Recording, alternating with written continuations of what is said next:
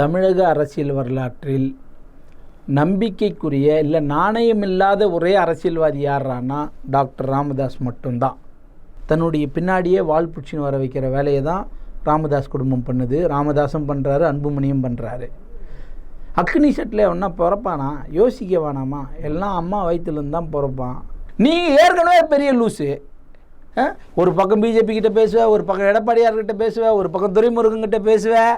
ஜெயலலிதாவுடன் கூட்டு வைக்க மாட்டேன், அப்படி கூட்டணி வைத்தால் பெற்ற தாயுடன் உறவு வைத்து கொள்வதற்கு சமம்னு சொல்லிட்டு திருப்பி ஜெயலலிதா காலை தான் போய் நக்கி கழுவி குடிச்சார் ராமதாஸ். ராமதாஸையும் அன்புமணியும். இதுதான் பெரிய வேடிக்கை, இதுதான் பெரிய கொடுமை. இன்னும் கூட இவனுங்க நம்ம காப்பாற்றுவானுங்கன்னு. இவங்க குடும்பத்தையே தான் காப்பாற்றிக்குவானுங்க, மற்றவங்க குடும்பத்தில் எவனும் காப்பாற்ற மாட்டான். அப்படி காப்பாற்றுறது தான் பாட்டாளி மக்கள் கட்சியை தூக்கி பிடிச்சி தன்னுடைய முதுகில் சுமந்த காடு வெட்டி குருவை காப்பாற்ற துப்பில்லாத தலைவர் தான் நாங்கள் ராமதாஸ்.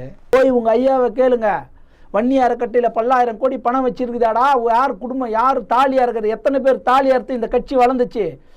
அத்தனை பேர் தாலி அறுத்த குடும்பத்துக்கு என்ன நிதி கொடுத்த? இவ்வளோ காசு வச்சுட்டு எவன் அப்பா விட்டு காசு கொடு எங்களுக்குன்னு கேளுங்கடா. நீச்சல் போடுறது பெரிய கதை. குழந்தை கூட தாங்க நீச்சல் அடிக்குது. நீச்சல் அடிக்கிறதா? ராமமூர்த்தி சொன்ன மாதிரி குடிச்சிட்டு நீச்சல் அடிச்சிருப்பாரு, அதை சொல்கிறாரா? நீ என்ன சுயமாக எப்போ நின்று உன்னால் ஒரு எம்எல்ஏ வாங்க முடியுமா? உன் சொந்த ஊரில் உன் சொந்த தொகுதியில் கூட்டணி இல்லாமல் ஒரு தொகுதியில் நின்று ஜெயிச்சு காட்டு. அப்படியே மானபங்கப்படுத்திட்டாராம். சொந்த மகன், நீ பெத்த பையன் தானே, மானபங்கப்படுத்திட்டானா நீ என்ன பொண்ணா? மூத்த பத்திரிகையாளர் அண்ணன் தேவேந்திரன் நம்மோடு இருக்கிறார். அண்ணன் வணக்கம். வணக்கம். எப்படி இருக்கீங்க? நல்லா இருக்கேன். எப்படி போகுது? நல்லா போயிட்டுருக்குண்ணே. ஆனால் இன்றைக்கி முக்கியமாக இந்த விஷயம் அப்படின்னு பார்த்தீங்கன்னா, தைலாபுரத்தில் இன்றைக்கி காலையில் ராமதாஸ் அவர்கள் செய்தியாளர்களை சந்தித்தார். பல விஷயங்களை முன்னெடுத்திருக்காரு. வளர்த்த கடாவே மாரில் பாஞ்சிருச்சு. அரசியலில் 42 ஆண்டுகள் நான் பயணிச்சிருக்கேன். இன்னும் ஒரு 1-2 வருஷம் நான் ஏன் தலைவராக இருக்கக்கூடாது, அப்படி கேட்குறதே எனக்கு அசிங்கமாக இருக்குன்னு சொல்லிலாம் பேசியிருக்காரு. இது எப்படி பார்க்குறீங்க? வேறு பெரிய வேடிக்கை என்னென்னா, இதுதான் அரசியல் வேடிக்கை. என்னென்னா, இன்றைக்கி இருக்கிற காலகட்டத்தில் ஒரு பக்கம் கோடை காலம், ஒரு சில இடங்களில் மழை பெய்யுது, ஒரு சில இடத்துல கடுமையான வெயில் அடிக்குது. பாமகங்கிற கட்சிங்கிறது தமிழ்நாட்டில் எப்போவுமே ஒரு நம்பிக்கைக்குரிய கட்சின்னே சொல்ல முடியாது. மூத்த அரசியல்வாதிகள்லாம் நீங்கள் கேட்டிங்கன்னா, இப்போ ஏன் உதாரணத்துக்கு பாமக நிறுவிய தலைவர்களில் ஒருத்தராக இருக்கிற சிஎன் ராமமூர்த்தியை கேட்டாவே நிறைய கதை சொல்வார். நம்பிக்கை இல்லாத ஒரே கட்சி தமிழ்நாட்டில் எதிரான அது பாட்டாளி மக்கள் கட்சி தான். தன்னுடைய சொந்த சாதிக்கும் நம்பிக்கையாக இருக்காது, அப்பனுக்கு பையன் நம்பிக்கையாக இருக்க மாட்டான், பையனுக்கு அப்பன் நம்பிக்கையாக இருக்க மாட்டான். இதுதான் பாட்டாளி மக்கள் கட்சி. எழுத படிக்க தெரியாத மக்களை ஆண்ட பரம்பரைன்னு சொல்லி ஒரு சாதி வெறியை தூண்டி அதில் தன்னுடைய குடும்பம் லாபம் அடைய செயலை தான் செய்வார் டாக்டர் ராமதாஸ். அதுதான் அவரோட தொழில். அவர் மருத்துவர் இல்லை, அவர் ஒரு அரசியல் குலத்தொழில் செய்கிறவர். என் குடும்பம் நல்லா இருக்கணும், என் பொண்டாட்டி நல்லா இருக்கணும், என் பொண்ணு என் பேரன் இதான் நல்லா இருக்கணும், அரசியலுக்கே வரமாட்டோன்னு. அப்புறம் என் பையன் வந்தால் சாட்டையில் அடின்னுவார். அப்புறம் மத்திய அமைச்சர் பதவி கொடுப்பாரு. இப்போ ரொம்ப நாள் கழிச்சு ஏன் மத்திய அமைச்சர் பதவி கொடுத்தேன்னு இப்போ நான் வருத்தப்படுறேங்கிறாரு. அப்போது அரசியலில் நிரந்தரமான ஒரு நிலையான உறுதியாக ஒரு முடிவு எடுத்துட்டா அதில் மாற மாட்டார் ராமதாஸ் அப்படின்னு ராமதாஸை எந்த அரசியல் தலைவர்களும் சொல்ல முடியாது. தமிழ்நாடு அரசியல் வரலாற்றில் யாராவது ஒரு மூத்த அரசியல்வாதிகளை கூப்பிட்டு பாட்டாளி மக்கள் கட்சி தலைவர் ராமதாஸனுடைய நம்பிக்கை என்ன, அவருடைய அரசியல் பார்வை எப்படி பார்க்குறதுன்னு கேளுங்க. யாருமே நல்ல ஒப்பீனியனே சொல்ல மாட்டாங்க. ஏன்னா அவர் யாருக்குமே நம்பிக்கையாக இருக்க மாட்டாருங்க. உங்கள்கிட்ட பேசுவார், அரை மணி நேரம் கழிச்சு இன்னொருத்தர்கிட்ட பேசுவார். இது படியில்லைன்னா அது அங்கே பேசுவார், அதுவும் படியில்லைன்னா புதுசாக இன்னொரு ஆளை விட்டு இன்னொரு இடத்துல பேச வைப்பார். தான் மகன் வரக்கூடாதுன்னு சொல்கிற, ஆனால் தன்னுடைய மகனுக்கு மத்திய அமைச்சர் பதவி கொடுத்துட்டீங்க. ஜிகே மணி பையனுக்கு மட்டும் பதவி கேட்டால் உங்களுக்கு வலிக்குதா? பதவி கொடுத்தா மாதிரி கொடுத்துட்டு நீங்கள் இந்த பக்கமே வரக்கூடாதுன்னு சொன்னவர் தானே. வரக்கூடாது இல்லை, தொலைச்சிடுவேன்னார் அன்புமணி. தொலைச்சிடுவோம் உன்னை, வன்னி அடிகளார் காதை வெட்டின மாதிரி தொலைச்சிடுவோம் உன்னை. காடு வெட்டி குரு எப்படி செத்தாரு? பாட்டாளி மக்களுக்கு கட்சிக்கு இருக்கிற கோடிக்கணக்கான சொத்துக்களில் ஒரு கிள்ளி கொடுத்துருந்தா கூட காடு வெட்டி குருவை காப்பாற்றிருக்கலாங்க. அந்த கட்சியை வளர்த்த ஒரு மிகப்பெரிய பில்லரு. அவர் மேலே நமக்கு நிறைய மாற்று கருத்து இருக்குது. அவர் அரசியல் சார்ந்து பேசுவார், அது வேற. முன்னாள் முதலமைச்சர் ஜெயலலிதாவை கூட ரொம்ப அவர் கடுமையாக விமர்சிப்பார். அது அரசியல் பார்வை. ஆனால் அந்த இயக்கத்துக்கு ஒரு விசுவாசமான ஒரு தொண்டன் குரு, அவரை நீங்கள் காப்பாற்றவே துப்பு இல்லையே. அப்புறம் எப்படி இந்த மக்களை காப்பாற்றுவேன், இந்த கட்சியை காப்பாற்றுவேன்? ஏன் இருந்துட்டு விட்டு போகும் பையனுக்கு? ஏன் அவன் கேட்குற அளவுக்கு ஏங்க நீங்கள் நடந்துக்கிறீங்க? ஏன் 2 வருஷம் தலைவரை விட்டு போயிரு பையன் தானே.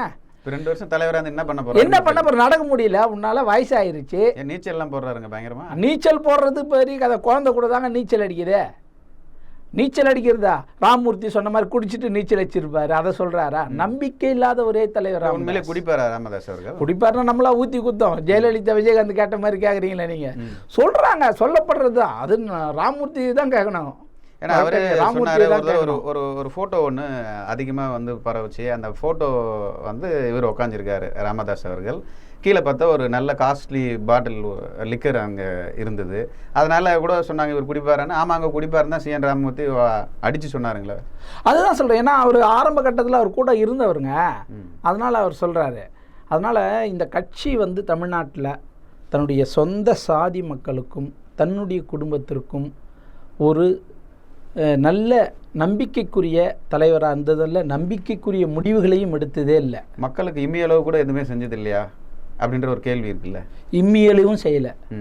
என்ன செஞ்சான்னு சொல்லுங்கள். நீங்கள் கேள். அதான் நீங்கள் கேட்கலாம். அதாவது இடஒதுக்கீட்டை வாங்கி கொடுத்தாரு எடப்பாடி கிட்ட சொல்லி, அது இன்னும் நடைமுறைக்கு வந்துருச்சா இன்னைக்கு? அது பேச்சு இல்லை. நீங்கள் சொந்த சாதி மக்கள்னா என்ன பண்ணீங்கன்றதாங்க கேள்வி. இப்போது தமிழக முதலமைச்சர் ஸ்டாலின் அவர்களோட தந்தையார் நிறைய சட்டங்கள் கொண்டு வந்தார். பெண்களுக்கு சொத்துல சம உரிமை, தை முதல் நாளை, இது மாதிரி நிறைய விஷயங்களை நீங்கள் அடுக்கிக்கிட்டே போகலாம். ராமதாஸ் அப்போ நீங்கள் கேட்கலாம், அப்படின்னா ராமதாஸ் ஆட்சியிலே இல்லைங்க, அப்படி என்னங்க பண்ணார்ல? தன்னுடைய சொந்த மக்களுக்காக சாதி மக்களை என்ன பண்ணீங்க? சும்மா கிள்ளி விட்டுட்டு முறுக்கி விட்டு வேடிக்கை பார்ப்பாருங்க. ஊரில் கிராமத்தில் சொல்லுவாங்கள்ல, தொட்டிலையும் கிள்ளி, குழந்தையும் கிள்ளி விட்டு தொட்டிலையும் ஆட்டுறானே, அதுதான் ராமதாஸ். தன்னுடைய வலதுகரமாக நம்பிக்கைக்குரிய பாத்திரமாக இருந்த வக்கீல் பாலுவே போயிட்டாராங்க. விழுப்புரம் அந்த திரௌபதி அம்மன் கோயில் பிரச்சனையில் அவ்வளோ பேச்சு பேசினார், வீடியோலாம் போட்டார். சுப்ரீம் கோர்ட்டாக இருந்தாலும் நான் வந்து பார்த்துட்றேன், வாங்க வழக்கு தூடுங்க, ஆனால் அந்த கோயிலுக்குள்ளே மட்டும் அந்த தலித்துக்களை விடாதீங்கன்னு சொல்லி பயங்கரமாக பேசினாப்புல. இப்போ இதுலேருந்து என்ன தெரியுது பார்த்தீங்களா? ராமதாஸுக்கு மட்டும்தான் நம்பிக்கை இல்லை, ராமதாஸ் கட்சியில் இருக்கிற யாருக்குமே நம்பிக்கையும் இல்லை, ஒழுங்கான பேச்சியும் இல்லை. இப்போ இவ்வளோ காலமாக ராமதாஸ் கூடவே இருந்துட்டு தன்னுடைய தலைவர் ஐயா தான் அப்படின்னு தூக்கி பேசின பாலு திடீர்னு விட்டு இன்றைக்கி பையன்கிட்ட போயிட்டார். நாளைக்கு பையன்கிட்ட விட்டு இன்னொருத்தங்கிட்ட எப்போ மாட்டார் எப்படி நீங்கள் நினைக்கிறீங்க? நாளைக்கு அரசியல் சூழலில் அரசியலில் எதுவும் நடக்கலாங்க. அரசியலில் நிரந்தர எதிரியும் இல்லை, நிரந்தர நண்பனும் இல்லை. நீங்கள் உங்களுக்கு ஒரு பழைய கதை சொல்லட்டுமா? நான் வந்து தினமலருக்கு வேலை பார்க்கும்போது பாட்டாளி மக்கள் கட்சி பீட்டு பார்த்தேன். தலித்தேல்மலை, பூத்தாயிலங்கோவன், தீரன், இவங்கெல்லாம் ரொம்ப சீனியர்லாம் இருந்தப்ப பத்திரிகையாளரே மதிக்க மாட்டாங்க. பொதுவும் கூட்டத்தில் பூந்த மாதிரி அவராக வருவார், உட்காந்து அவர் சொல்கிறது தான் கேட்கணும், அவர் சொல்கிற மாதிரி தான் பேசணும், போய்கிட்டே இருப்பார். இது எப்போ தெரியுமா? இவர்கிட்ட இருந்து ஒரு ஒழுக்கம் இல்லாத பேச்சு இல்லை, ஒரு நாணயமான பேச்சு இல்லை, நாணயம் இல்லாத தலைவர் ராமதாஸ்ன்றதை ஜெயலலிதாவுடன் கூட்டு வைக்க மாட்டேன்னு ஒரு தடவை சொன்னார். 2005 என்னவோ ஒரு காலகட்டத்தில், நான் இனிமேல் ஜெயலலிதா கூட கூட்டு வைக்க மாட்டேன். அப்படி ஜெயலலிதாவுடன் கூட்டு வைத்தால் பெற்ற தாயுடன் உறவு வைத்துக் கொள்வதற்கு சமம்னு சொன்னார் ராமதாஸ். இந்திய வரலாற்றில், தமிழக அரசியல் வரலாற்றில் இது மாதிரி எந்த தலைவர்களுமே பேசினதில்லை. கலைஞர் கருணாநிதி கூட இந்திரா காந்தி அம்மையாரை ஒரு மாதிரி பேசினதா சொல்லுவாங்க. ஆனால் இது மாதிரி ஒப்பிட்டு பேசினதே இல்லை. ஆனால் இப்படி பேசிட்டு மறுபடியும் ஜெயலலிதா கூட தான் கூட்டணி வச்சார். எவ்வளோ பெரிய அசிங்கம், எவ்வளோ பெரிய அவமானம் தெரியுமா?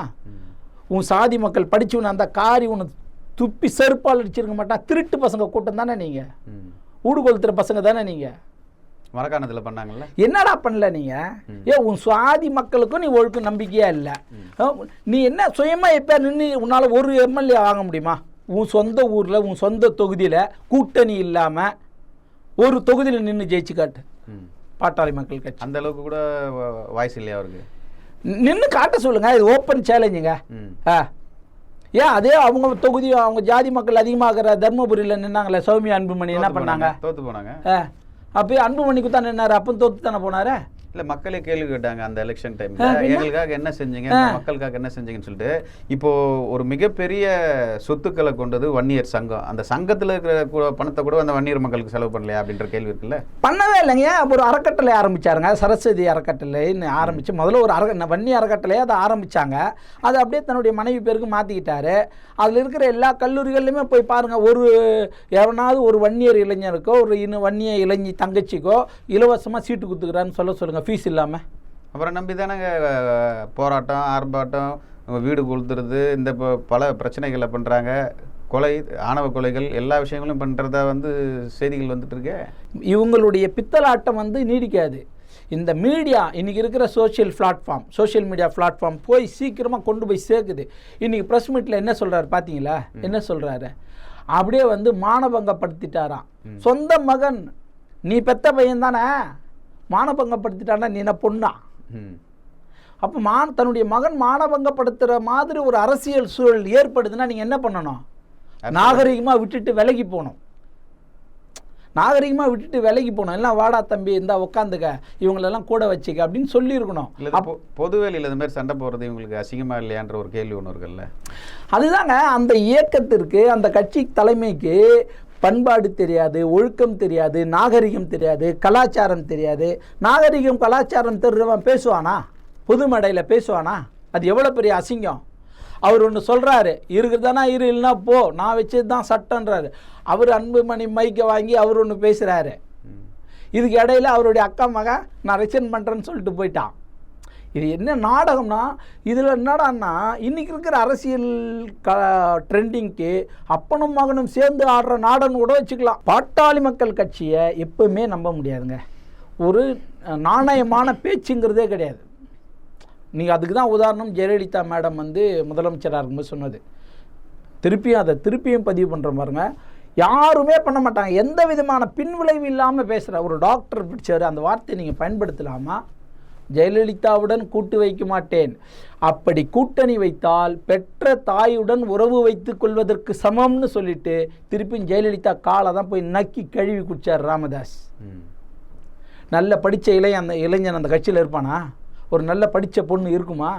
ஆண்ட பரம்பரை, பேண்ட பரம்பரை, மயிறு பரம்பரைலாம் போய் பாப்பாத்தி காலில் தானே வச்சு ஊற்றிட்டு கழுவி நக்கி குடிச்சிட்டு வந்தீங்க. அப்புறம் என்ன உங்களுக்கு தகுதி இருக்க? உங்களுக்கு தகுதி, நாகரிகம், மானம், மரியாதை எல்லாம் இருந்தால் பொது இடங்களில் எப்படி பேசணும், மேடை கலாச்சாரம் என்னன்னு நீ திமுகவை பார்த்து அதிமுக பார்த்து கற்றுக்கினீங்கன்னா அதை பண்ணணும். பிடிக்கலன்னா எந்திரிச்சு வெளில போனங்க. இன்னும் கூட இந்த மக்கள் நம்புகிறான் பாரு, ராமதாஸையும் அன்புமணியும். இதுதான் பெரிய வேடிக்கை, இதுதான் பெரிய கொடுமை. இன்னும் கூட இவனுங்க நம்ம காப்பாற்றுவானுங்கன்னு. இவங்க குடும்பத்தையே தான் காப்பாற்றிக்குவானுங்க, மற்றவங்க குடும்பத்தெல்லாம் எவனும் காப்பாற்ற மாட்டான். அப்படி காப்பாற்றுறது தான் பாட்டாளி மக்கள் கட்சியை தூக்கி பிடிச்சி தன்னுடைய முதுகில் சுமந்த காடு வெட்டி குருவை காப்பாற்ற துப்பு இல்லாத தலைவர் தான் நாங்கள் ராமதாஸ். டாக்டர் படித்த அன்புமணி நான் கீழ்ச்சாரா? அவர் தான் கொன்னாருன்னே சொல்கிறாங்க அவங்க உறவினர்கள்லாம். ஸ்லோ பாய்சன் வச்சுட்டாரு, ஏதோ ஊசியை போட்டாருன்னு. அது கூட பிரச்சனை இல்லைங்க. காடு வெட்டி குரு இந்த அந்த இயக்கத்துக்காக பாடுபட்டது எவ்வளோ, பேசினது எவ்வளோ, பேசின பேச்சு எவ்வளோ, என்ன பண்ண நீ காப்பாற்றிருக்கலாம். ஏன் காப்பாற்ற முடியல? ஒரு பாஸ்போர்ட் கிடையாதா? பாஸ்போர்ட்லாம் இருக்குதுன்றாங்க. அவங்க குடும்பத்தாரை கூப்பிட்டு பேசுங்க. அவங்க பையன், அவங்க அவங்க மகள், அவங்க மருமகன், அவங்க அம்மா கழுவி ஊற்றுவாங்க. CN ராமமூர்த்தி வக்கீலை விட அசிங்கமாக கழுவி ஊற்றுவாங்க. இல்லை, அவங்க இப்போ ப்ரெஸ் கிளப்லேயே இப்போ பேட்டிலாம் கொடுத்தாங்க. எங்களுடைய சாவுக்கு காரணமானவர் ராமதாஸும் அன்புமணி ராமதாஸ் குடும்பம் தான் காரணம் அப்படின்னு சொல்லி பேசினாங்களே. அதுதான் அப்போ ஓப்பனாக டிக்ளேர் பண்ணிட்டாங்கல்ல. நீங்கள் காடு வெட்டி குருவே காப்பாற்றாத நீங்கள் மற்றவங்களே எப்படி காப்பாற்றுவீங்க? சாதாரண கிராமப்புறத்தில் இருக்கிற இளைஞனை எப்படிங்க காப்பாற்றுவீங்க? படிக்க தெரியாத, எழுத தெரியாத, கூலி வேலைக்கு போய் ஐயா தான் தெய்வம், அன்புமணி ராமதாஸ் தான் தெய்வம். இப்போ அந்த விஷயத்தையும் அவர் முன் வச்சிருக்காரு. எனக்கு தெய்வம் தொண்டருக்கு நான் குலதெய்வமாக என்னை பார்க்குறாங்கன்னு சொல்லி தற்பெருமையை பேசுகிறாப்புல. அதை எப்படி பார்க்குறீங்க? ஆமாம், எல்லாரும் நடு வீட்டில் ஃபோட்டோ வச்சுருப்பாங்க. ஒரு பெரிய அம்பேத்கரை அப்படில புத்தரை வீட்டுக்குள்ளே நடு வீட்டில் ஃபோட்டோ வச்சு கும்பிடுவான். காரி துப்புவாங்க. சும்மா சொல்லி மக்களை ஏமாத்துறதுங்க. அது மக்களை ஏமாத்துறது.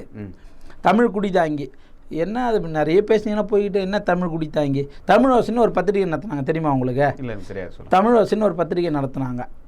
ரொம்ப நல்ல பத்திரிக்கை, நிறைய மூத்த பத்திரிகையாளர்லாம் நிறைய போனாங்க. இந்துவில் வேலை பார்த்த கோலப்பன் ஒருத்தர் சீனியர், அவர்லாம் கூட அங்கே பொறுப்பில் இருந்தார். அந்த பத்திரிகை ஸ்டக்குன்னு இழுத்து மூடிட்டாங்க. அது மெல்ல மெல்ல இழுத்து மூடிட்டாங்க. ஒன்றும் அதனால் பலன் இல்லை, லாபம் இல்லைன்னு. இப்போ மக்களுடைய நீங்கள் பொதுமக்கள் நலன் கருதியோ இல்லை மற்ற நம்மளை நம்பி வர தொழிலாளர்களுடைய நலனை நீங்கள் பாதுகாக்கிற தலைவராக இருந்தால் அதை ரன் பண்ணிட்டு போகக்கூடாதா? ஏன் மக்கள் தொலைக்காட்சி அதே நிலைமைக்கு தான் நீங்கள் மூடப்பட்டுச்சு. சும்மா ஒரு சிலர் 2 பேரை 3 பேரை வச்சுக்கிட்டு ஓடுது, ஏதோ இருக்குது இதுன்ற மாதிரி. நமக்கும் ஒரு சேனல் இருக்குன்னு, நமக்கும் ஒரு சேனல் இருக்குதுங்கிற மாதிரி. அன்றைக்கி தமிழ்நாட்டில் மிகப்பெரிய வரவேற்பை பெற்ற தொலைக்காட்சிங்க அன்றைக்கி மக்கள் தொலைக்காட்சி. எல்லாமே தமிழில் தான் வார்த்தைகள் இருக்கும், ரொம்ப சிறப்பாக இருந்துச்சு. இப்பவும் தமிழில் தான் இருக்குது மொத்தமாகவே இருக்கு. ஒன்றும் பிரயோஜனம் இல்லைல்ல. நீ உங்களை நம்பி வரவங்களுக்கே நீங்கள் காப்பாற்றலையாங்க. நீங்கள் பொதுநலன் மிக்க தலைவராக இருந்தால் தன்னுடைய சாதி மக்களையோ இல்லை தன்னை நம்பி வருகிற தொண்டர்களையோ இல்லை தன்னை நம்பி வருகிற மக்களையோ வளர்க்கணும், பாதுகாக்கணும், அவங்களுக்கு எதாவது உதவி பண்ணணும்னா இந்த விஷயங்களே நீங்கள் செய்யாமல் இருந்திருக்கணுமே. நீங்கள் அது பண்ணவே இல்லையே. ஐயாவுடைய பெருமையை பேரளவுக்கு தான் அன்புமணி வந்து பெருமையை பேசுகிறார், ஐயாவோட பெருமையை. ஆனால் நடிக்கிறாரு அப்படின்றார். இல்லை தொடர், அது என்னென்னா அதுதான் யதார்த்தமான உண்மை. இப்போ என்னென்னா ஒருத்தர் வீட்டில், என் வீட்டில் அப்பா இறந்துட்டார்னு வைங்களேன், எத்தனை நாளைங்க நான் எப்பாவே நினச்சிட்டு இருக்க முடியும்? ஒரு வாரம், 5 நாள், 10 நாள், 15 நாள், அதுக்கப்புறம் ஆட்டோமேட்டிக்காக அது மாறிட போகுது, இயல்பு தான். இவருடைய நடவடிக்கைகள் சரியில்லைன்னு தானாங்க அவர் தப்பாக ஒதுக்கி தள்ளிட்டு வராரு. இப்போது அவங்க வீட்டுக்குள்ளே நடந்த விஷயங்களை நிறைய பேர் சொல்கிறாங்க. அவரே சொல்லிட்டார், என்னுடைய மனைவி அவங்க அம்மாவை வாட்டர் பாட்டில் தூக்கி அடித்தான்.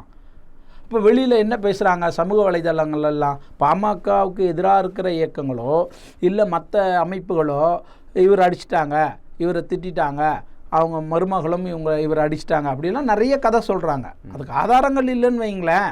ஒரு குடும்ப சேர்க்கை, ஒரு கேபினெட், கிச்சன் கேபினெட்டுக்குள்ளே உனக்கு வயசாகிடுச்சு இல்லை, வாயை முடின்னு சும்மா இருக்கணும், நான் சொல்கிறது தான் நீ கேட்கணும், நீ பேசக்கூடாது. இது எல்லா இடத்துலையுமே. நான் சின்ன பையனாக இருக்கும்போது எங்கள் அப்பா என்னை அடித்து ஒழுங்காக உட்காரா அப்படின்னாரு. நான் பெரிய பையனாகிட்டேன், எங்கள் அப்பாவுக்கு வயசாகிருச்சு, நான் சொல்கிறது அவருக்கு புரியல. அப்போ நான் என்ன பண்ணுவேன்? யோ பாயவனு கம்னு உட்காரியா, ஒன்றும் தெரில, நான் சொல்கிறத கேட்காம நீ ஒன்று பேசின லூஸ் மாதிரி, இப்படி தான் சொல்லுவேன். இது இயல்பு. நீ ஏற்கனவே பெரிய லூஸு. ஒரு பக்கம் பிஜேபி கிட்ட பேசுவேன், ஒரு பக்கம் எடப்பாடியார்கிட்ட பேசுவேன், ஒரு பக்கம் துரைமுருகன்கிட்ட பேசுவேன், ஒரு பக்கம் இவர் தண்டராம்பட்டு வேலுக்கிட்ட பேசுவேன். அப்போ ஒன்று எவன் நம்புவான்? அப்போ அவர் வந்து வாக்குறுதி கொடுத்துட்டாரு. ஏன்னா அவருக்கு சிபிஐயில் வழக்கு பெண்டிங் இருக்குது. நாளைக்கு அவருக்கு கழுத்தில் கத்தி தொங்குது, ஜெயிலுக்கு போகிற பயத்தில் அவர். அப்போ தன்னை காப்பாற்றிக்கணும், பாஜக கூட தான் கூட்டு வைக்கணும். நீ வானாங்கிற, ஜெயிக்காதுங்கிற, இல்லை காசு கிடைக்காது, பெருசாக நம்ம நினைக்கிற மாதிரி காசு கொடுக்க மாட்டாங்கன்ற.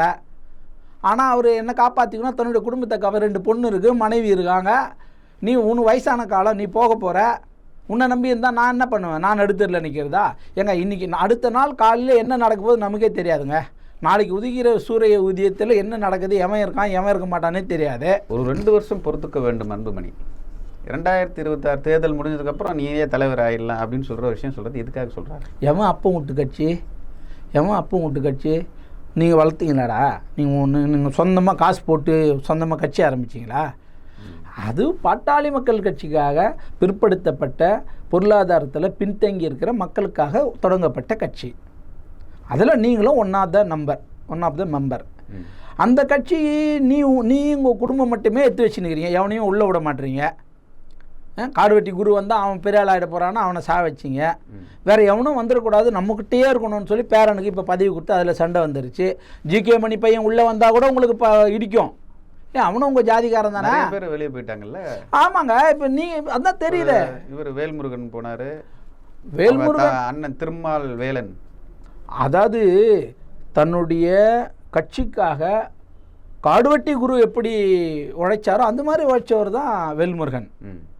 அவர் பேசாத பேச்சா, அவர் உழைக்காத உழைப்பா? நீங்கள் அவரை விட்டு வெளியில் அனுப்புனீங்கன்னா கேள்வி கேட்குறான், வர கட்டிங்க கேட்பான்ல.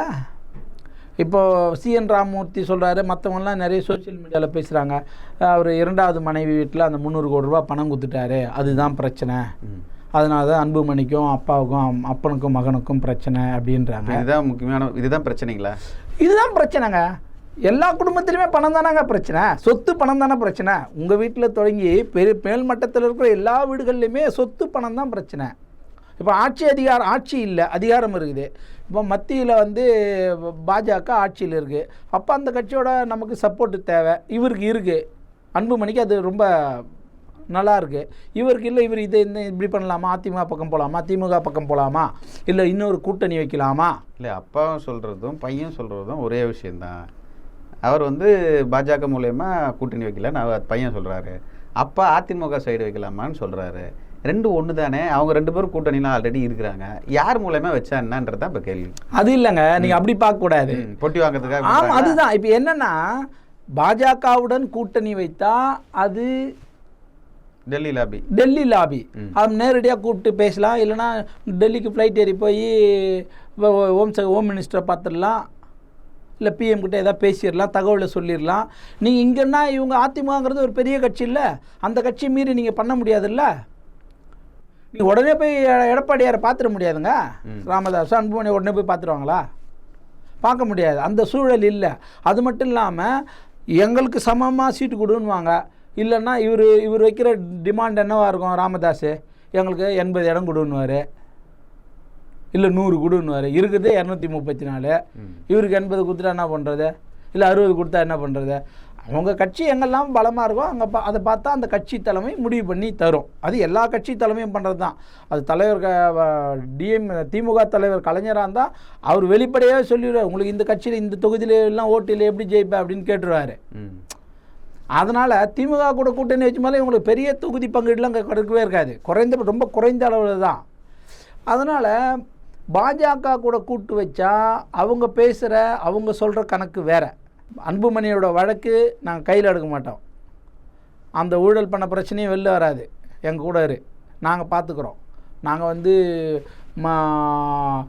மகாராஷ்டிரா மாதிரி ஏதாவது பண்ணுவோம், பிளான் பண்ணுவோம். தமிழ்நாட்டை எதையாவது நாங்கள் பண்ணுவோம். இவர் அப்போ என்ன பண்ணுவார் தெரியுமா? அப்போ இந்த ஆடு புலி ஆட்டத்தை இவர் பயன்படுத்திக்கிட்டு கூடுதலாக பெட்டி கேட்பார், இல்லை கூடுதலாக பேரனுங்க அமைச்சர் கேட்டாலும் கேட்பாருங்க. ஓகே, பையனை அமைச்சராகிட்டாரு, பேரனை அமைச்சராக. ஆமாம், நம்ம சாகரத்துக்குள்ளே பேரை மத்திய அமைச்சராகிட்டு போட்டோமே, இல்லை மாநிலத்தில் ஆட்சி அமைச்சா, மாநிலத்தில் கூட்டணி ஆட்சி அமைஞ்சா நம்ம ஒரு அமைச்சராகிட்டு போட்டோமே அப்படின்னு நினைப்பாரு. ரொம்ப தெளிவாக சொல்லிட்டாங்களே அதிமுக, நாங்கள் ஆட்சி அதிகாரத்தெல்லாம் பங்கு தர மாட்டோம். அவங்க ஒரு கிளவராக ஒரு மூவ் பண்ணிட்டாங்க. இவர் எப்படி கொடுப்பாரு? இப்போ அமித்ஷா வந்து டெல்லியில் கூட்டணி ஆட்சி தான் சொல்லிட்டாரு. கூட்டணி ஆட்சின்னு அவர் சொன்னாலும் இங்கே ஏடிஎம்கே வந்து நாங்கள் கூட்டணி ஆட்சியில் வைக்க மாட்டோம் மினிஸ்டர் இப்போயே கதறாங்களே. சும்மா அது பிஜேபி கட்டுப்பட்டு தான் இவங்க இருப்பாங்க, பிஜேபி கட்டுப்பட்டு தான் இருப்பாங்க. அது எப்படி மாறும்னு சொல்ல முடியாது, இன்னும் நேரம் இருக்குது. பாமகவினுடைய நிலை இதுதான். நம்பிக்கைக்குரிய தலைவராக எப்பவுமே தமிழ்நாட்டு அரசியல் தலைவர்கள் மத்தியில் டாக்டர் ராமதாஸ் இருந்ததே இல்லை. புரியுதுங்களா?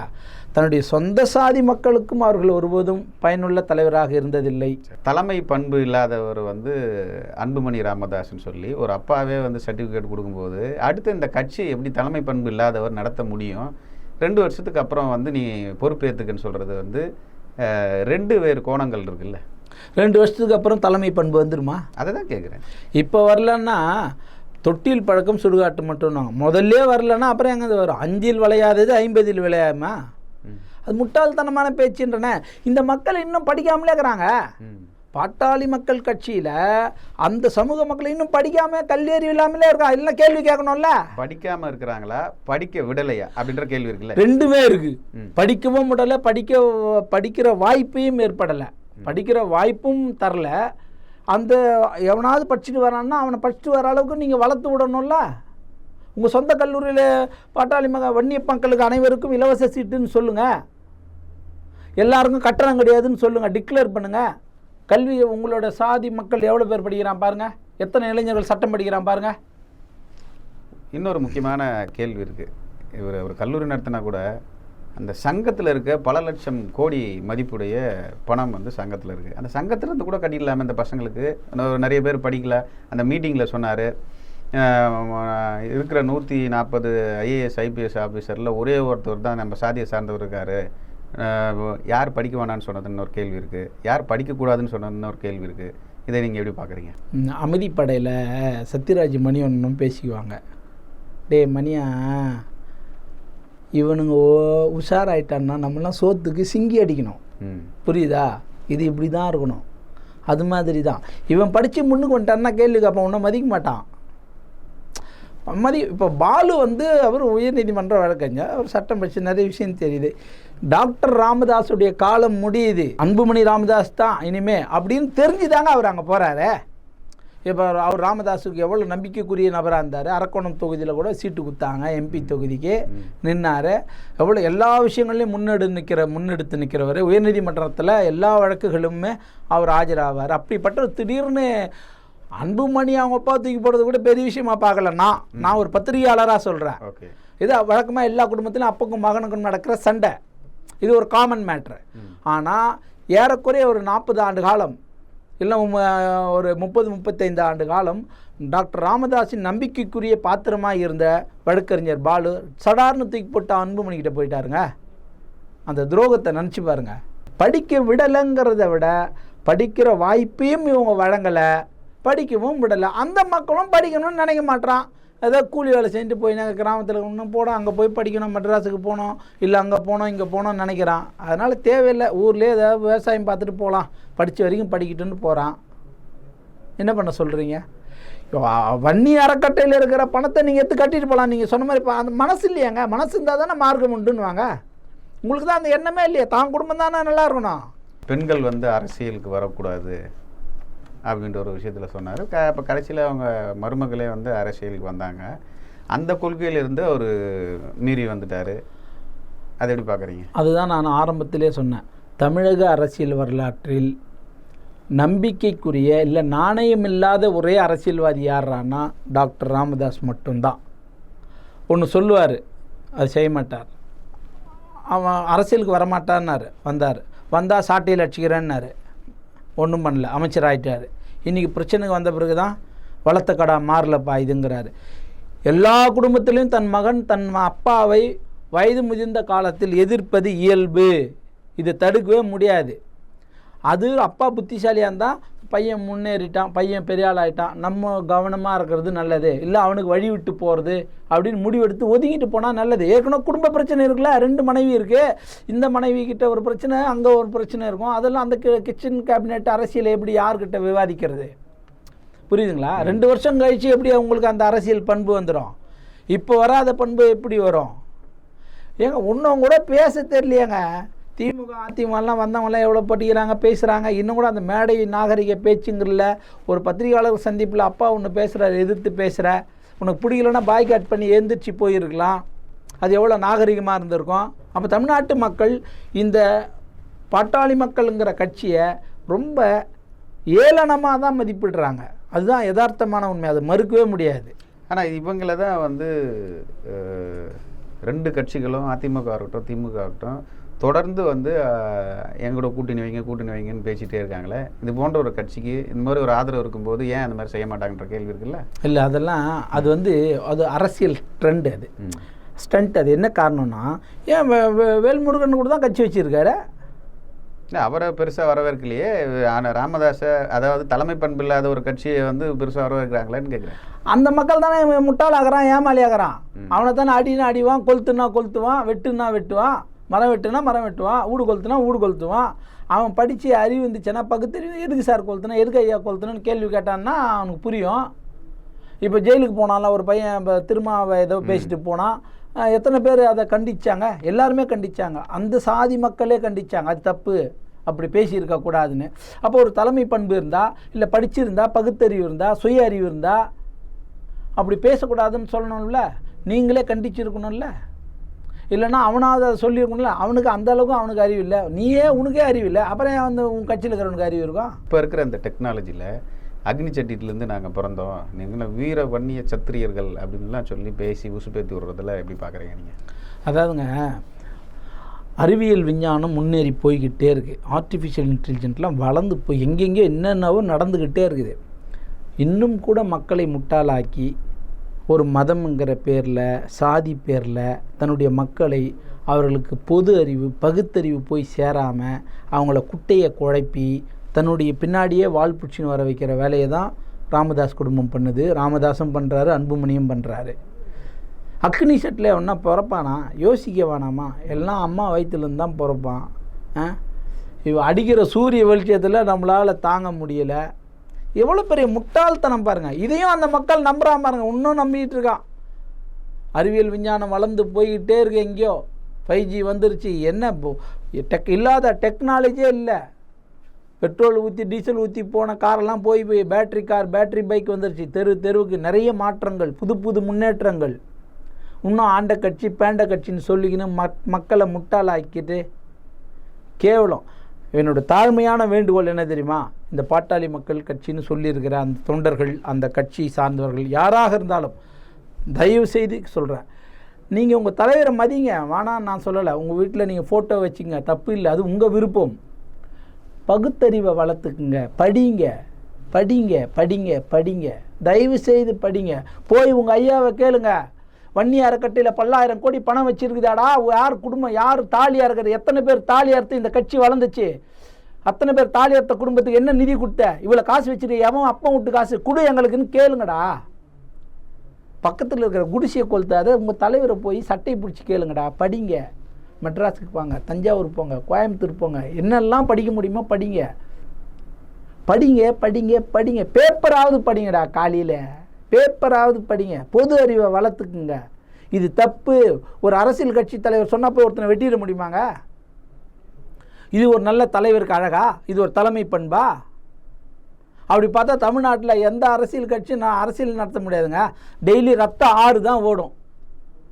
பாட்டாளி மக்கள் கட்சியும், விடுதலை சிறுத்தைகளும், பாட்டாளி மக்கள் கட்சியும், புரட்சி பாரதமும், பாட்டாளி மக்கள் கட்சியும், புதிய தமிழகமும், பாட்டாளி மக்கள் கட்சியும், ஜான் பாண்டியனும், இப்படின்னா ரத்த ஆறு தான் ஓடும் தமிழ்நாட்டில்.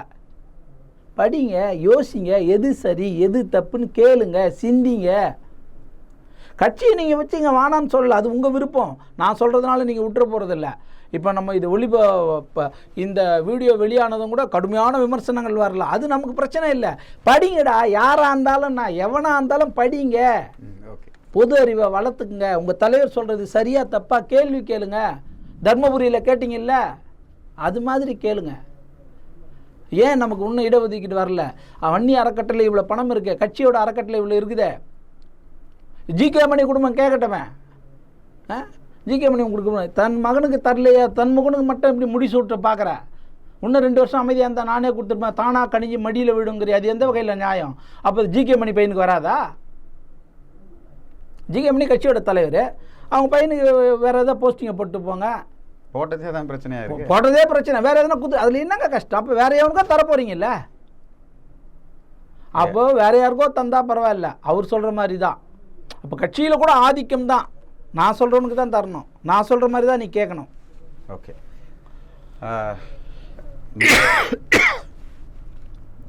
மிக ஆழமான உங்கள் கருத்துக்களை முன் வச்சதுக்கு நன்றி. இது போன்ற வேறு ஒரு தளத்தில் மீண்டும் சந்திக்கலாம். வணக்கம். வணக்கம், நன்றி. இது போன்ற நிறைய வீடியோக்களை தொடர்ந்து நாங்கள் தர இருக்கிறோம். எங்களுக்கான அங்கீகாரம் என்பது நீங்கள் எங்கள் சேனலை வந்து சப்ஸ்கிரைப் பண்ணி எங்களுடைய வீடியோக்களை தொடர்ந்து பார்ப்பது மட்டுமே.